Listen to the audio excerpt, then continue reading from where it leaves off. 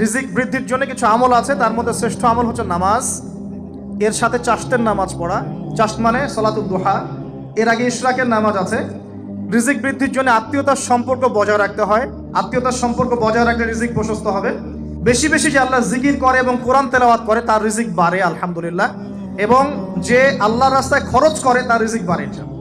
এই রিজিক বাড়ার কিছু পলিসি আছে। সবচেয়ে শ্রেষ্ঠটা হচ্ছে নামাজ, আল্লাহর জিকির তেলাওয়াত।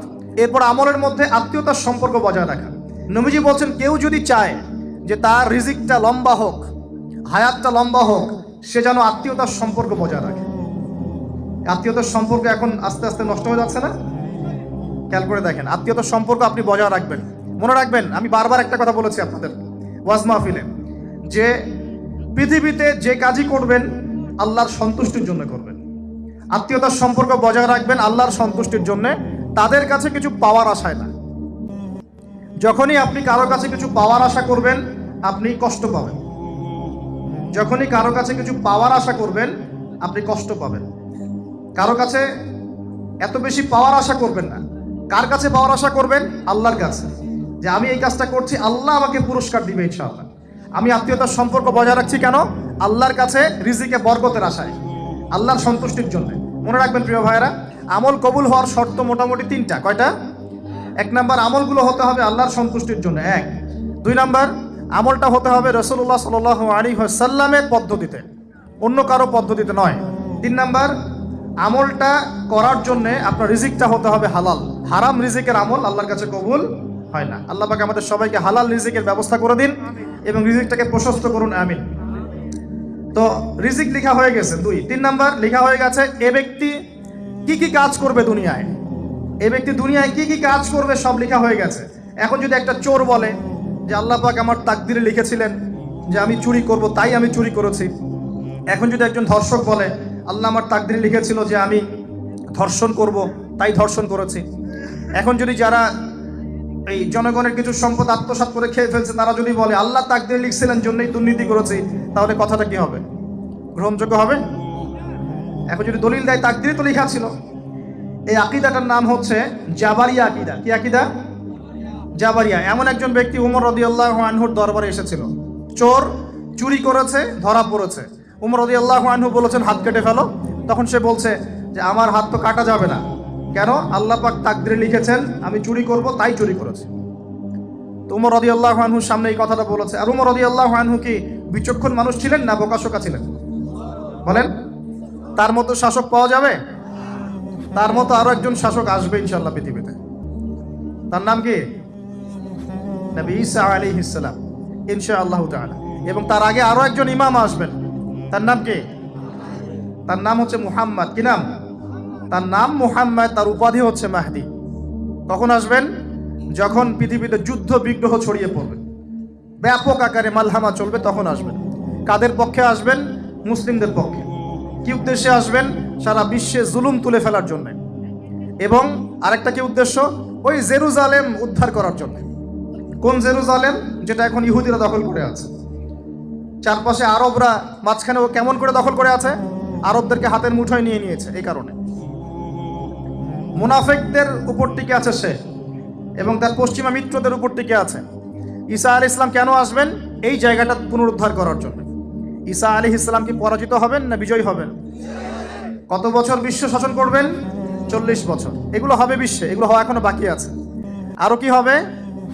মুসলিমরা কনস্ট্যান্টিনোপল আবার জয় করবে। এই কনস্ট্যান্টিনোপলের মধ্যে ফিতনা দেখা দিবে অচিরেই, মুসলিমরা ওইটা আবার দখল করবে ইনশাআল্লাহ তাআলা। আরো কি হবে? বললাম ভূমিকম্পের বছরগুলো আসবে সামনে, এবং মুতায়নুন শাদীদ, মহামারীও আসবে। আরো কি? বড় বড় 3টা ভূমিকম্প বাকি আছে এখনো। আগে বলেছি লেকচারে, একটা পৃথিবীর পূর্বে, একটা পশ্চিমে, একটা মাঝখানে। এগুলো এখনো বাকি আছে। বিশ্বে অনেক কিছু হওয়া এখনো বাকি আছে। এখন যা দেখছি এগুলোই সব না, এগুলো চলে যাবে। সময় কি হবে? চলে যাবে। আরো নতুন সময় আসবে ইনশাআল্লাহ তাআলা। আমাদের দায়িত্ব কি? আমাদের দায়িত্ব পরিস্থিতি বুঝে দিন ধরে রাখা, আমল করা এবং মানুষকে দিনের দিকে আহ্বান করা। আমরা যদি দায়িত্ব পালন না করি তাহলে কি হবে? আল্লাহ পাক আমাদেরকে সরিয়ে দিয়ে নতুন কওম নিয়ে আসবেন। আল্লাহ পাক সূরা মুহাম্মাদে বলেছেন, ওয়া ইন তাতাওয়াল্লাউ, তোমরা যদি মুখ ফিরিয়ে নাও, ইয়াস্তাবদিল কওমান গায়রাকুম, আল্লাহ পাক নতুন কওমকে তোমাদের জায়গায় স্থলাভিষিক্ত করবেন। সুম্মা লা ইয়াকুনু আমসালাকুম, তারা তোমাদের মতো হবে না। মানে আমাদের মতো অপদার্থ হবে না। উম্মার বিজয়ের শর্ত কি? আল্লাহ সূরা মুহাম্মাদই বলেছেন, ইন তানসুরুল্লাহা ইয়ানসুরুকুম, তোমরা আল্লাহর দ্বীনকে সাহায্য করো তবেই আল্লাহ তোমাদেরকে সাহায্য করবে।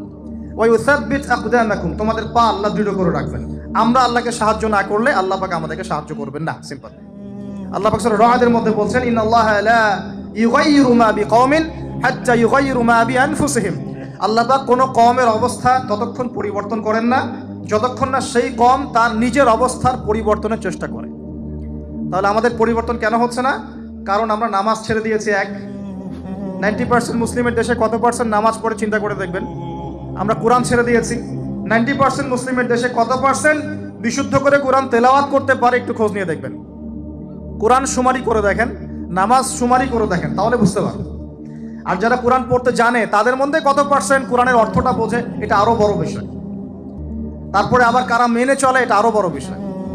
আর আমরা কতজন মানুষ দিন ইসলামকে সামগ্রিক দিন হিসেবে মানি, এটাও একটা বড় বিষয়। আমরা মানি ঠিকই, আংশিক। যেমন ইবাদত বন্দেগীর জীবনে মুসলমান, অর্থনৈতিক জীবনে গিয়ে আবার সুদখোর, এমন না বিষয়টা? এমন হয় না বিষয়টা? ইবাদত বন্দেগীর জীবনে আমি পাক্কা মুসলিম, কপালে সেজদার দাগ আছে মাশাআল্লাহ, দাড়ি টুপিও আছে মাশাআল্লাহ, কিন্তু ব্যবসায় গিয়ে মাপে কম দিচ্ছি না, ব্যবসায় গিয়ে আমি হারাম ভেজাল দিচ্ছি কিনা, এরকম হচ্ছে কিনা? হচ্ছে। কিন্তু সে কিন্তু মুসলিম এবং নামাজও পড়ে। তা আমাদের সমস্যা ভাই এখানেই। এখন এই সমস্যাটা সলভ করলে ইনশাল্লাহ সব সমস্যা সলভ হয়ে যাবে ইনশাল্লাহ। সমস্যাটা কি? আমরা ইসলামটাকে আংশিকভাবে মানি, পরিপূর্ণ জীবনে ইসলাম বাস্তবায়ন করতে পারছি না। আমি আপনি হয়তো কেউই পারছি না, ফখর করে বলার নাই যে আমি খুব পারছি, আসলে আমিও পারছি না। কারণ এই যুগে এটা পারাটা খুব ডিফিকাল্ট। এই যুগে পারাটা কি খুবই কঠিন, কিন্তু এটাই তো এই যুগের চ্যালেঞ্জ। নবীজি বলেছেন, তোমাদের সামনে এমন যুগ আসছে যে যুগে ঈমান ধরে রাখাটা হাতের মধ্যে আগুন ধরে রাখার মতো হবে। তবে সুসংবাদ ওই যুগে তাদের জন্য যারা আমার সুন্নতকে আবার জীবিত করতে পারবে, যে আমার মৃত সুন্নতকে জীবিত করবে, আল্লাহ পাক তাকে 50 জন শহীদ সাহাবীর সমান নেকি দিবে ইনশাআল্লাহ। এটাই আমাদের কাজ। আল্লাহ পাক আমাদেরকে তৌফিক দান করুন। তার মানে তাকদীর লেখা হয়ে গেছে। এবার আল্লাহ রাব্বুল আলামিন কি করলেন? আল্লাহ পাক এই মহাবিশ্ব সৃষ্টি করলেন। হুয়াল্লাযী খালাকাস সামাওয়াতি ওয়াল আরদ ফি সিত্তাতি আইয়াম। কয় দিনে? আল্লাহ পাক পুরো মহাবিশ্ব সৃষ্টি করলেন কয় দিনে?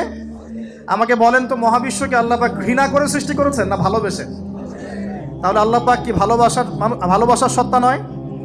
আল্লাহ রাব্বুল আলামিন কি ভালোবাসেন না? আল্লাহ পাকের একটা নামই হচ্ছে গফুর আল ওয়াদুদ, ওয়া হুয়াল গফুরুল ওয়াদুদ। আল্লাহ পাক হচ্ছেন ক্ষমাশীল, পরম ক্ষমাশীল এবং প্রেমময়। আল্লাহ পাক তার নাম দিয়েছেন আল ওয়াদুদ, মানে প্রেমময়। আল্লাহ পাক ভালোবাসেন কি না? তাহলে এই পুরো মহাবিশ্ব সৃষ্টি করে আল্লাহ পাক কি মহাবিশ্বের মধ্যে ভালোবাসা ছড়িয়ে দেন নাই? আল্লাহ রাব্বুল আলামিন 6 দিনে মহাবিশ্ব সৃষ্টি করে মহাবিশ্বের সব জায়গায় যার যার কাজ তাকে বুঝিয়ে দিলেন।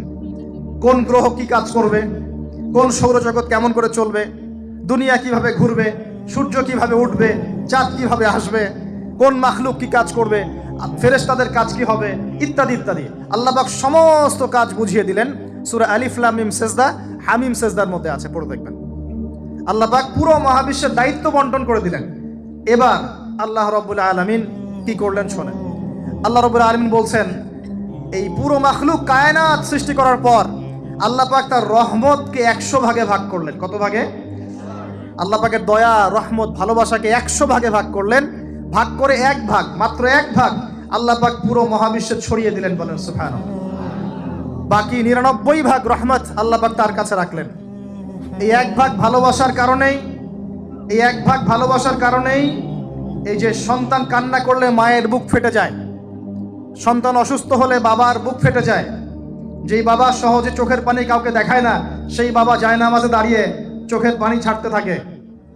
এই এক ভাগ রহমতের কারণে আমরা দেখি যে রাস্তার কুকুর পর্যন্ত তার বাচ্চাকে চাটে, আদর করে, মহব্বত করে। এই এক ভাগ রহমতের কারণে আমরা আমাদের স্ত্রীদেরকে মহব্বত করি, স্ত্রীকে সুখে রাখার জন্য জীবনটা পর্যন্ত বিলিয়ে দেয়। সকাল থেকে রাত পর্যন্ত কোনো কোনো ক্ষেত্রে হারাম পথে যেটাও দ্বিধা করি না, স্ত্রী সন্তান সুখে থাক এই আশায়, তাই না ভাই? এই এক ভাগ রহমতের কারণে গাভী দেখবেন, গাভী তার বাচ্চাকে প্রসবের পর চাটে, গাটা চেটে পরিষ্কার করে দেয়। এই এক ভাগ রহমতে পুরো কায়নাত টিকে আছে। আর নবী সাল্লাল্লাহু আলাইহি ওয়াসাল্লাম বলছেন, বাকি 99% রহমত আল্লাহ পাক তার কাছে রেখেছেন। এই রহমত এবং ভালোবাসা দিয়ে আল্লাহ পাক কিয়ামতের মাঠে মানুষকে মাফ করবে ইনশাআল্লাহ। বলেন আল্লাহু আকবার। তার মানে আমরা আশা করতে পারি ইনশাআল্লাহু তাআলা আমরা আল্লাহর জান্নাত পাবো ইনশাআল্লাহ।